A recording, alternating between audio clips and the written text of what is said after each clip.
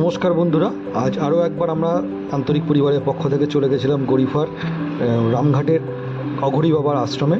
কারণ আজকে আমাদের পরিবারের শুভাকাঙ্ক্ষী আমাদের ছোট বোন কোয়েলের প্রথম বিবাহবার্ষিকী ছিল। এই প্রথম বিবাহবার্ষিকী উপলক্ষে আমরা সেখানে সকলে পৌঁছে গেছিলাম। সেখানে যে বৃদ্ধাশ্রমের বৃদ্ধাবাসের মানুষদেরকে দুপুরবেলার মধ্যাহ্নভোজনের আয়োজন করেছিল কোয়েল। মেনুতে ছিল ভাত, কচুর শাক, ডাল, আলু চোখা, পটল আলুর তরকারি, মাছের ঝোল, চাটনি এবং মিষ্টি। সকলকে দুপুরবেলা মধ্যাহ্নভোজন করানো হয়েছিল। খুব আনন্দ করে তারা তৃপ্তি করে খেয়েছিল সকলে মিলে। তো তারপর সেখান থেকে আমরা রামঘাটে চলে গেছিলাম। সেই ফেরিঘাটে একটুখানি ঘুরে দেখলাম। বলাইদাদের আসতে দেরি হচ্ছিল, বলাইদা এবং রুমাদি ওই ট্রেনে করে ফিরছিল। তারা পরে আমাদের কাজ হয়ে যাওয়ার পর পরের ট্রেনে ফিরেছে। তো তারপরে রামঘাটে কিছুটা সময় কাটিয়ে আমরা চলে গেছিলাম ফের গরিফা স্টেশনে।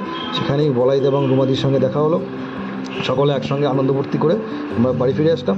সকলে ভালো থাকবেন, সুস্থ হবে, দেখা হবে পরে ভিডিও।